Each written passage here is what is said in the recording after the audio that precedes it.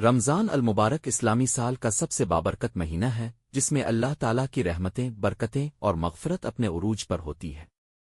اس مہینے کی فضیلت کا اندازہ اس بات سے لگایا جا سکتا ہے کہ خود قرآن مجید میں اس کا ذکر کیا گیا ہے۔ ایک قرآن مجید کا نزول۔ اللہ تعالیٰ نے رمضان المبارک کو اس لیے بھی خاص بنایا کہ اسی مہینے میں قرآن کریم نازل ہوا۔ رمضان وہ مہینہ ہے جس میں قرآن نازل کیا گیا، جو لوگوں کے لیے ہدایت ہے اور جس میں حق و باطل کے درمیان فرق واضح کرنے والی نشانیاں ہیں۔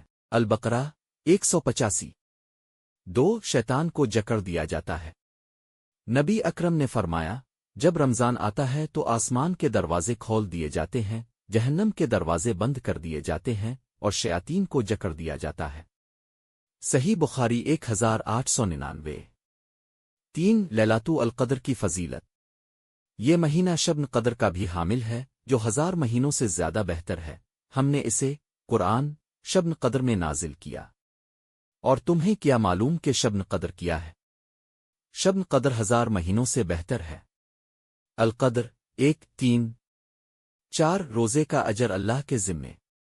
اللہ تعالیٰ فرماتے ہیں، ابن آدم کا ہر نیک عمل اس کے لیے کئی گنا بڑھا دیا جاتا ہے، مگر روزہ میرے لیے ہے اور میں خود اس کا بدلہ دوں گا۔ صحیح بخاری 1904۔ 5 جنت کے دروازے کھول دیے جاتے ہیں۔ نبی کریم نے فرمایا، رمضان کے آغاز پر جنت کے دروازے کھول دیے جاتے ہیں اور جہنم کے دروازے بند کر دیے جاتے ہیں۔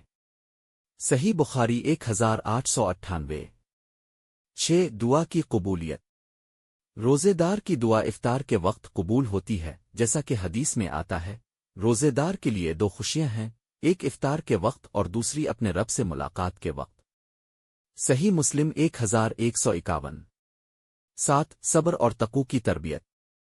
رمضان ہمیں صبر، پرہیزگاری، تقوی اور برائیوں سے بچنے کا درس دیتا ہے، جس سے ایک مسلمان کی زندگی میں بہتری آتی ہے۔ یہ مبارک مہینہ ہمیں اللہ کی رحمتیں سمیٹنے اور نیکیوں میں اضافہ کرنے کا موقع فراہم کرتا ہے، لہذا ہمیں اس سے بھرپور فائدہ اٹھانا چاہیے۔